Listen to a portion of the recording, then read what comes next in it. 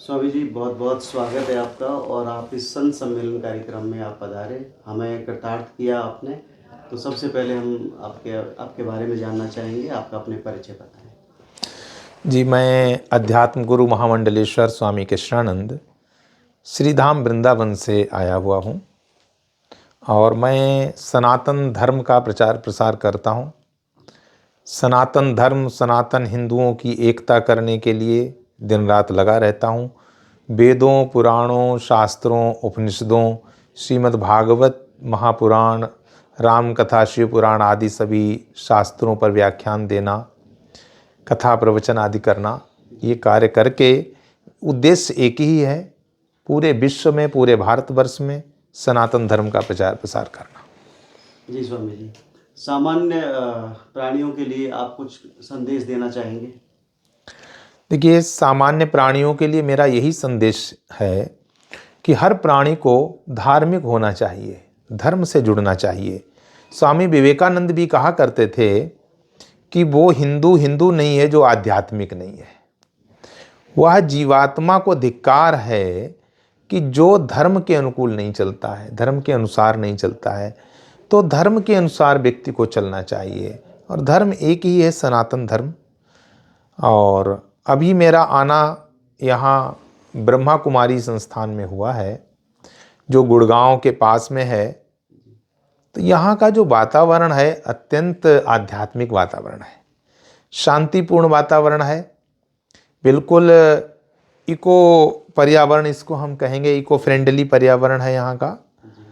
और जिस तरह से बाह्य वातावरण यहाँ का शांत है, प्राकृतिक है, प्राकृतिक सौंदर्य से भरपूर है, वैसे ही यहाँ के जो हमारे ब्रह्मा कुमार हैं, ब्रह्मा कुमारियाँ हैं, सभी के अंदर वो आध्यात्मिक शांति झलकती है।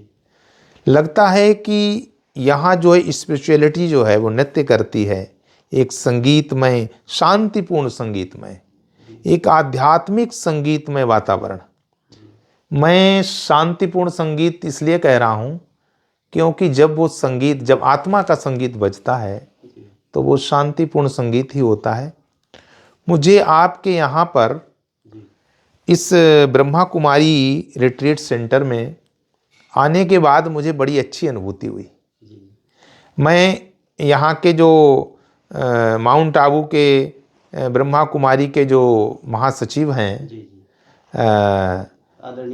आदरणीय ब्रिजमोहन भाई जी के साथ मिलकर के मुझे बहुत अच्छा लगा। दूसरी बात, मैंने उनसे आध्यात्मिक चर्चा भी की। मैं आपके चैनल के माध्यम से बताना चाहता हूँ, मैं तो सनातन धर्म का प्रचारक ही हूँ। मेरा उद्देश्य डिस्कशन करना तो किसी से भी नहीं होता है, क्योंकि हमारा वेदांत कहता है कि तर्के प्रतिष्ठा, तर्क में अप्रतिष्ठा, यानी तर्क के द्वारा वो ईश्वर नहीं मिलता है। तो तर्क कुतर्क तो मैं कभी नहीं करता हूँ। मैंने आध्यात्मिक चर्चा इसलिए की कि आज मैं ब्रह्मा कुमारी इस रिट्रीट सेंटर का, ब्रह्मा कुमारी संस्था का विचारधारा से गहराई से परिचित होना चाहता था।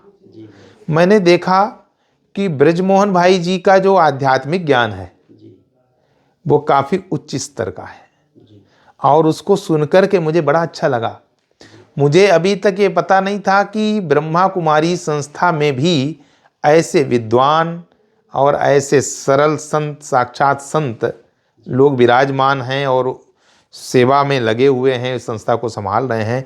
इसलिए उनको हमारी बहुत बहुत शुभकामनाएं हैं और पूरी ब्रह्मा कुमारी संस्था को मेरी बहुत बहुत शुभकामनाएं हैं। आज पूरे विश्व में जो हमारा सनातन धर्म की विचारधारा है उसका प्रचार प्रसार किसी न किसी रूप में ब्रह्मा कुमारी संस्था कर रही है। लगभग 140 से 150 देशों में ये संस्था अपने सनातन धर्म का प्रचार प्रसार, अपने वैदिक धर्म का प्रचार प्रसार किसी न किसी रूप में करती रहती है।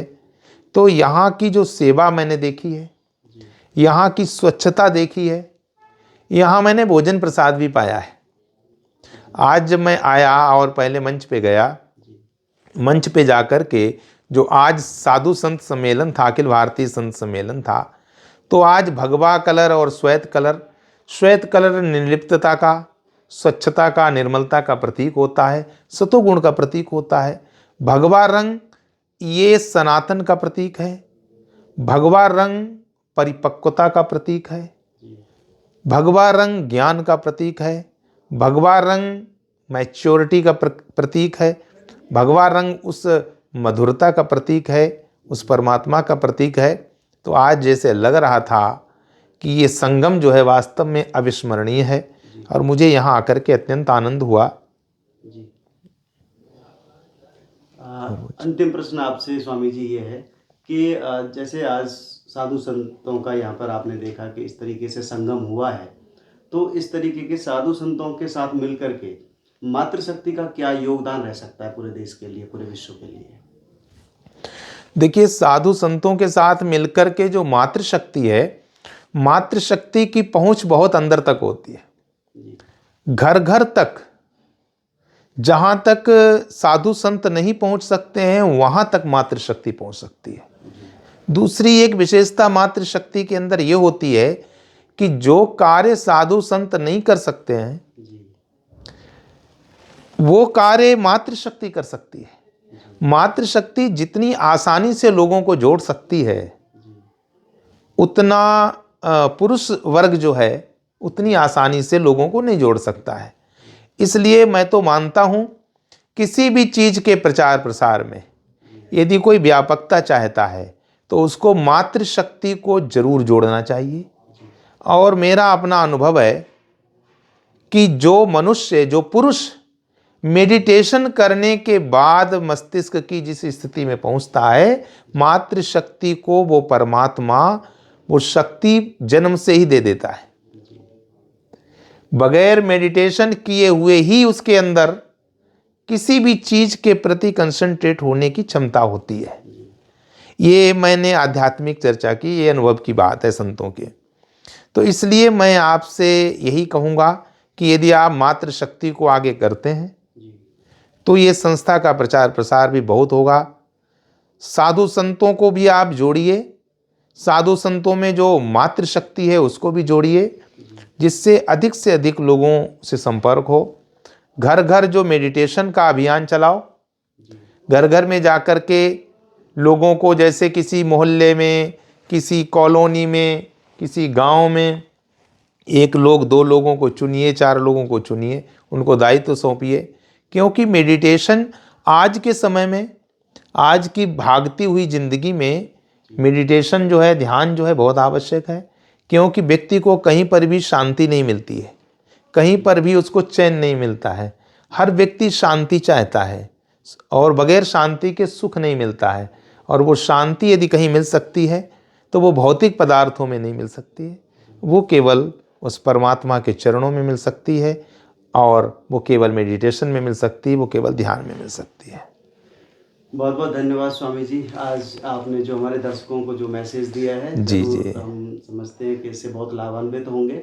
आपका बहुत बहुत जी शुक्रिया। जी, आपको भी बहुत बहुत आभार और बड़ी प्रसन्नता हुई आपसे मिल करके। ओम शांति, ओम शांति, ओम शांति।